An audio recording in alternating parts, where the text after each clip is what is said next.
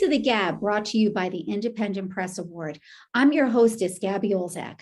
Join me in welcoming Gina Birkemeier, author of Generations Deep, Unmasking Inherited Dysfunction and Trauma to Rewrite Our Stories Through Faith and Therapy. Generations Deep is the winner of the 2022 Independent Press Award for Personal Growth and Self-Help Spiritual. It was ranked #1 on Amazon's new releases in Christian personal growth and number 35 on Amazon's bestsellers list. When she's not busy writing, Gina works as a therapist at Crossroads Counseling in St. Louis, Missouri. She teaches and writes with a healthy combination of faith and science. Congratulations, Gina, and welcome to the GAB. Thanks so much. It's great to be here. Oh, wow. First, I would like to say, wow. Generations Deep is a really, really powerful read. And Gina, I have to say it was really courageous of you to share so many intimate, personal moments of your life. And I have to say that so much of your personal story resonated with me, my life, and similar experiences that honestly, I didn't even remember that I had. Tell us about Generations Deep and what led you to write it. So Generations, well, first of all, thank you for sharing that. I really appreciate your willingness to share that with me. And that's so encouraging to hear, because that means that the book is doing what I had hoped that it would do. So Generations Deep, I say that it was a story 5 years in the making. The book was 5 years in the making, but really it was a lifetime in the making. And not just my lifetime, but my family's lifetime. The story takes you from my great-grandparents coming over to this country and some of the dysfunction and trauma that they experienced and how that manifested then in the generations that came after them, through my grandparents to my mother, and then on to me, and how I had even begun to create some of those my own patterns of dysfunction and trauma repeated from the influence of generations before me. And just sort of had to realize, you know what, I have to make a change. I want something different for myself, and I want something different for my children. And so the book takes you through the whole story of how all that happens. And then, because I am a licensed professional therapist, I take you through a lot of the modalities that come along with a healing journey like that. So how did your professional background play a role in the book? And by you personally getting your experiences on paper, did it help you cleanse yourself? Well, I'm fortunate to say that I think a lot of the cleansing had happened before I wrote the book. If I was still in that process of healing, I don't know that I would have written it, because I don't know that it could have become the book that it needed to be. Right. So I really wanted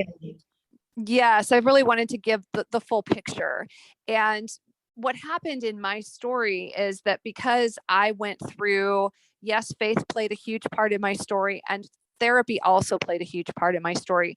So once I began to get healthy and break patterns, it was just this natural progression of wanting to pass that healing on. I think that that's just sort of how it goes. Healing is something that we want to pass on. Healed people help to heal people, and free people help to free people. And hurt people hurt people. That's what we hurt people hurt people. Yes. Absolutely. Yes. You reiterate often why it is so important to recognize that a lot of our stories have their roots before we're born, before we even take our first breath, which I wholeheartedly agree with. Mm-hmm. Do you believe this concept holds universally, that it can be passed down through the generations? I do. And here's the tricky part. People will push back on that, because they're like, well, my grandparent was an alcoholic, and my dad was not an alcoholic, and I'm not an alcoholic. And I understand that. And it isn't always so much about an identical pattern repeating. It's about the manifestation of how it plays out in your life. So maybe that isn't an issue. But what if you are codependent, or a chronic people pleaser, or a perfectionist, or a workaholic? What if you're looking for some sort of validation in performance? Because those things can tend to be the way that it plays out in the generations after. And so no matter who we are, the people who raise us, the people that form and inform our ideas of who we are, who other people are, and even who God is, that is going to play down from one generation to the next without intervention. Absolutely. Now, is it possible to break this cycle of negative traits? Because it takes a lot of work. How do we do that? How do we break the cycle and also retain the positive traits? That's a great question. I love the retain the positive traits part too, right? Because we want to recognize everything that has come down through the generations. And that was a big part for me. So I think that, and I will say, first of all, yes, it absolutely is possible. I'm walking, talking, breathing, chatty proof of the fact that that is possible. Absolutely. But I will say that it first requires that willingness to be aware. I often tell my clients that if we don't see it and we won't feel it, then we can't heal it. And so in order to transform our pain and not transfer our pain, we have to be able to have a willingness to look at what's not working in life for me. Where are the places where maybe there's some unhelpful and unhealthy behaviors and beliefs going on that are just causing me to not live the life that I want to live? And I think the key in doing that is to stay out of shame, because shame will often drive us right back to those behaviors. So we really want to just be in a place where we give ourselves permission to notice these things. And then we can begin to figure out, okay, so what's the next step that I need to take to heal? And oftentimes that's not intrinsic. We can't just pull that out of ourselves. Oh, this is what I need to do to heal. That's where the importance of therapy comes in. And if it's a part of your story, faith could be a beautiful component to the healing journey as well, along with a really good support system. And sometimes that requires making some shifts in who we expose ourselves to and who we share our stories with. And that's hard. It seems real easy, even in my own life, to repeat bad behavior and not to do the work. And I found it was very apparent while reading Generations Deep that it's really all about taking action. And in fact, at the ends of each chapter, you have a prompt. Your turn, and it's reflect, engage, and write. And I love that. And I also enjoyed the questionnaire at the ends. Why did you decide to add those two prompts? So I think it's great to read someone else's story, but almost always when we're reading someone else's story, we begin to connect some dots in our own story. I think when story is told well, that's what it is meant to do, is to help us see a bit of ourselves in the story or how it resonates in our life, and to be able to give my story as, because vulnerability invites vulnerability. So being able to give my story and then say, okay, so what did you see here? How does this hit you? Are you beginning to think about some things from your own life or your own family history? So just making that safe space for somebody to do their own exploration rather than just reading my story without action.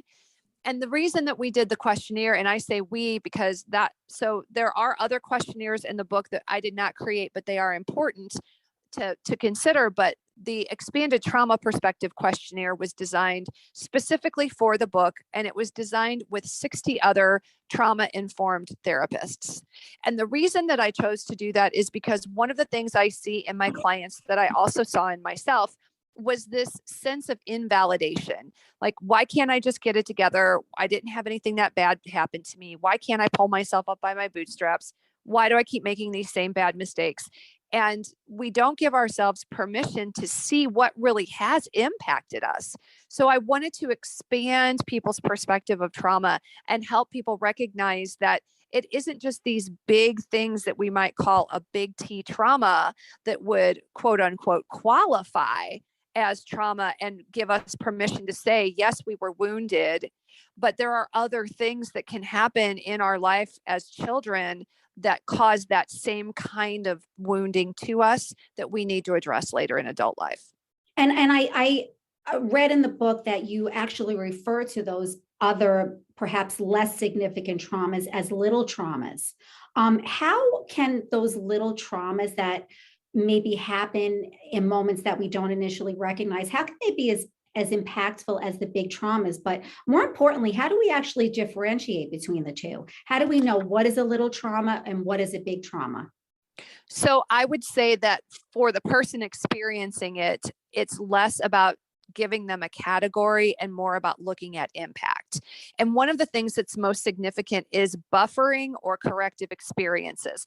There's a whole part in the book that talks about what an emotionally corrective experience is and how those can be salvific and how they can help heal old wounds and even prevent new wounds from happening, or at least help us heal quicker.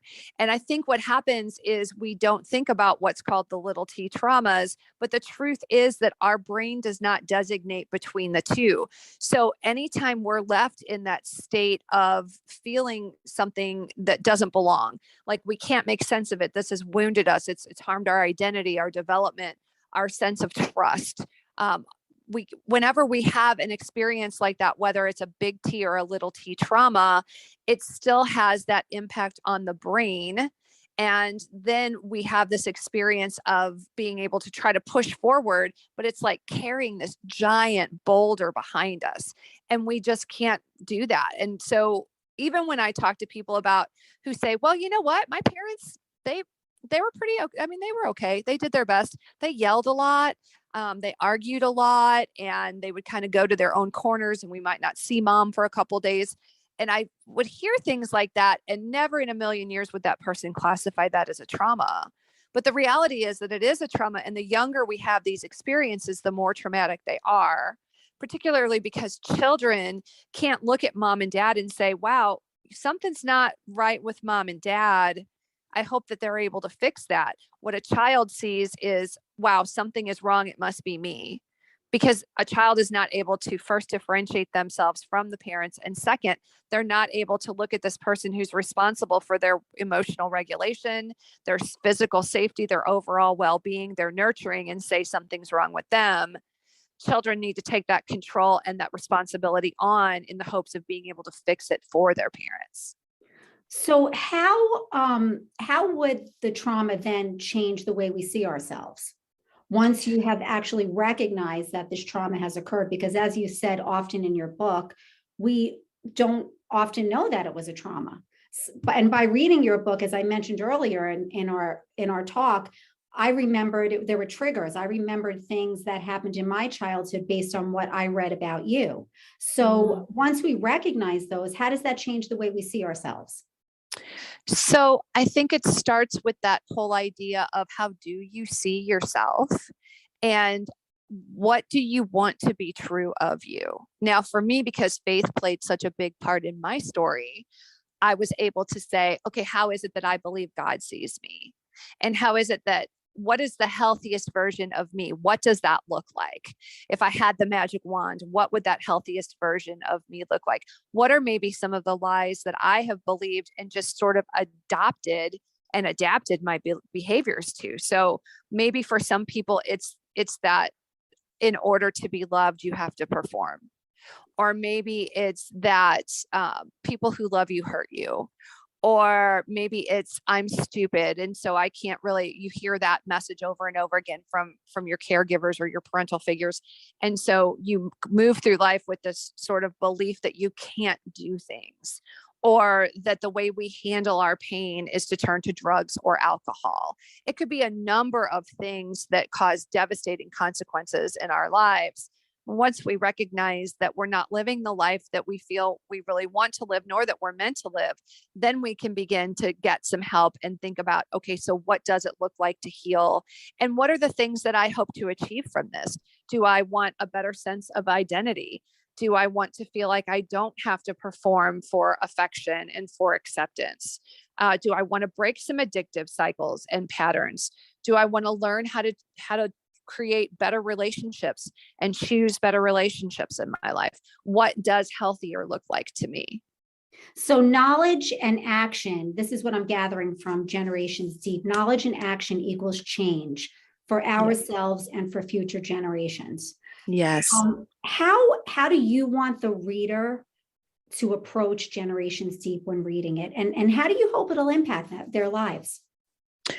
So I hope that the reader will impact it first and foremost with grace for themselves and with patience, because I even say in the book often, this is going to get a little heavy. So if you feel yourself in your body, if you feel that this is getting heavy, I want you to put the book down and I want you to walk away. That Some was people a don't have. gentle reminder. I did like appreciate reading that. Thank you. Yeah, I think it's important in a book like this because, the book isn't for the faint of heart. I mean, I will just say that straight away. It's not for the faint of heart. And I think it's pretty impossible to read the book without thinking, if not about your own story, that at a minimum about the stories of people that are close to you.